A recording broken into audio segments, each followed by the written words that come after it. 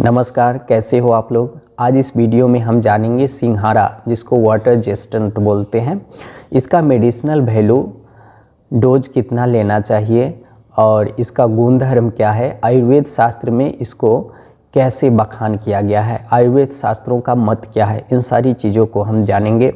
आप इस वीडियो को कंप्लीट देखिएगा, डेफिनेटली आपको इसके बारे में कुछ नया सीखने को मिलेगा। अभी तक अगर आप सिंघारा को टेस्ट के लिए खाते हैं तो ये वीडियो देखने के बाद आपको एक नया अवेयरनेस आएगा आपके अंदर कि सिंघारा हमको खाना है तो कितना मात्रा में खाना है, और बहुत सारी बीमारियों के लिए यह दवा है। सिंघारा आयुर्वेद शास्त्रों में, जिसको हम वाटर चेस्टनट बोलते हैं, त्रिदोष नाशक बोला गया है, मतलब तीनों दोष को नाश करता है। लेकिन ये खास करके पीत का शमन करता है, क्योंकि यह इसका जो नेचर होता है ये शीत वीर्य के होता है, ठंडा नेचर का होता है, कूलिंग नेचर का होता है। तो पीत से संबंधित जितनी भी बीमारियां हैं उसमें यह अधिक फायदेमंद है। इसका नेचर एस्टिपेटिक होता है, मतलब स्तंभन की क्षमता होता है। यह हीमोस्टेटिक नेचर का होता है।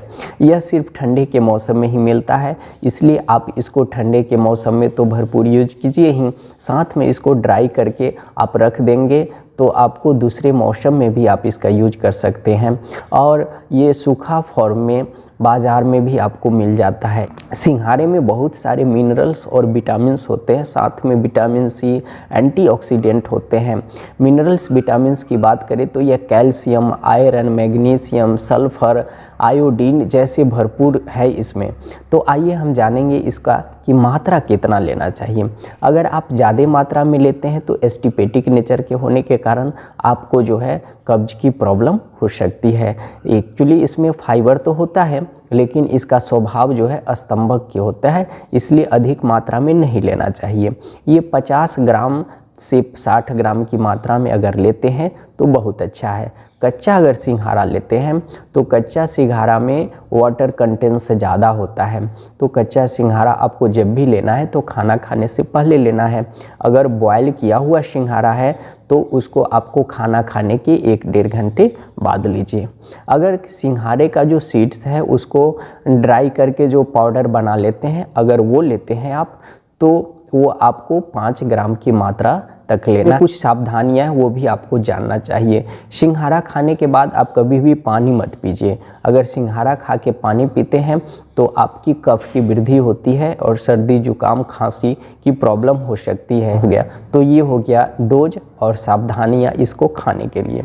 अब हम कुछ बीमारियों में यूज कैसे करेंगे, जैसे लिकोरिया की प्रॉब्लम होती है, जिन महिलाओं को वेजाइना से वाइट डिस्चार्ज होता है उसमें, और साथ में जिनको हेमोरेजिया के समय ओवर ब्लीडिंग होती है, तो दोनों स्थिति में सिंघारा बहुत ही बढ़िया काम करता है।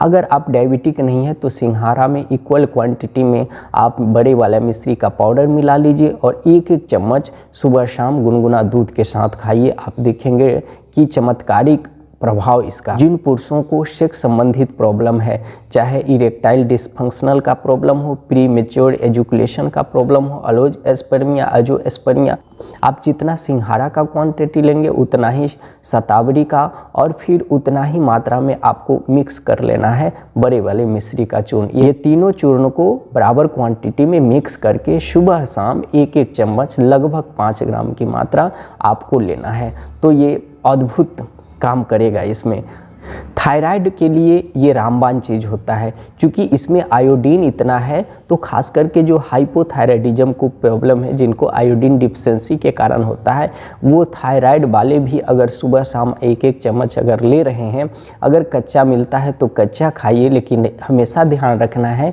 कच्चा सिंघारा आपको खाली पेट लेना है, खाना खाने के पहले लेना है, और उबला हुआ है वो खाना खाने के बाद लेना है।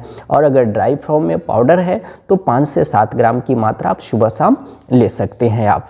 तो थायराइड वाले के लिए और हाइपोथायराइडिज्म के लिए तो मेडिकेशन है। मैं तो प्रेफर करता हूं कि जिनको हाइपोथायराइडिज्म का प्रॉब्लम है वो सिंघारा का आटा का रोटी बनाकर या फिर उसको दूध में मिक्स करके, तो सिंघारा का सीड तो आप खाते हो, लेकिन उसका जो छिलका होता है वो कभी फेंकिए मत, वो भी बहुत काम का चीज़ है, क्योंकि उसमें बहुत सारे मिनरल्स, विटामिन्स है। हम लोग पहले से ही जानते हैं कि सेल जो होता है, छिलका होता है, बहुत सारे मिनरल विटामिन से होता है, और इसमें मैग्नीशियम बहुत अधिक मात्रा में पाया जाता है। तो वैसे लोग को जिनको क्रैक हील की प्रॉब्लम होती है, जिनको ठंडे के मौसम में हील फट जाता है, एड़ी फटने की प्रॉब्लम होती है, तो आप उसको कूच करके रस निकाल लीजिए, बहुत ईजिली निकल जाता है।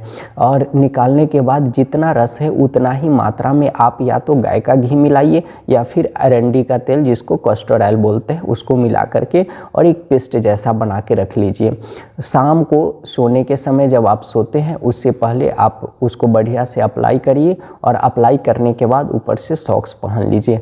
आप देखेंगे कि 1 सप्ताह में ही आपका जो फटी एड़ी की प्रॉब्लम है वो ख़त्म हो जाता है सकते हैं। अगर इसके छिलका को आप ड्राई कर लेते हैं और पाउडर बना के रख लेते हैं, ड्राई करके पाउडर बना के, तो ये बहुत अच्छा आपका टूथपेस्ट के भी काम आएगा। दंतमंजन के रूप में भी आप इसको यूज कर सकते हैं। आपको हेल्दी टीथ के लिए, हेल्दी गम के लिए बहुत ही अच्छा चीज़ है। जिनको नाक सीर की प्रॉब्लम होती है, चूँकि ये ठंडा नेचर का होता है तो गर्मी में बहुत लोग को नाक से ब्लीडिंग होती है, उनके लिए भी बहुत बढ़िया चीज़ है। वो भी जो डोज बताए हैं वो ले सकते हैं। या जो हेमोरेजिक पाइल्स है, जिसमें ब्लीडिंग होती है, आप लेट्रिन जाते हैं तो पहले या बाद में आपको ब्लीडिंग होती है, तो दोनों स्थिति में आप इसको ले सकते हैं। तो इसमें आप जिनको आँव की प्रॉब्लम है, लूज मोशन है, वैसे में भी सिंघाड़ा आपको हेल्प करता है। आप लोग भी जहां है अगर उपलब्ध होता है तो इसका भरपूर आनंद उठाइए।